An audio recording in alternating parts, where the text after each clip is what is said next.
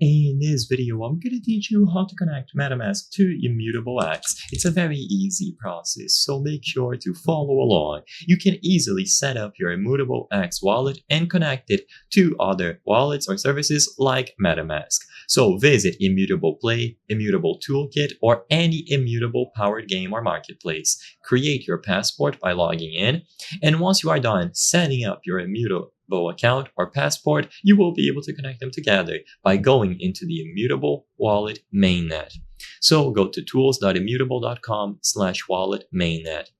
In here, click on the option to connect wallet. Now you will see a bunch of options and you will see MetaMask available here. So you have default MetaMask and MetaMask hardware wallet. When you click on any of these, you will get instructions on what to do. For MetaMask in particular, you need to have the MetaMask extension installed on your platform. So in this case, on the PC that I'm doing this on. So if you don't have the MetaMask extension, go to the website, click on Get MetaMask, and add the wallet to your browser.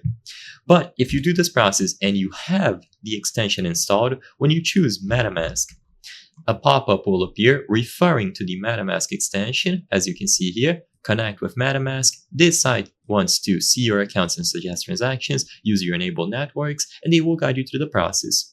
Connect your Ethereum wallet, sign in with your Ethereum wallet, and set up your Immutable X key.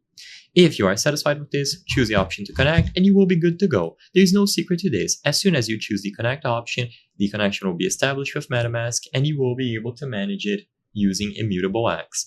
So just visit the wallet mainnet, choose the option to connect the wallet, and select it from here. You can also do the exact same thing with the hardware wallet. However, they are going to guide you through the process here with this important warning because it is a little bit trickier. But just follow the instructions on screen and you will be able to connect them both.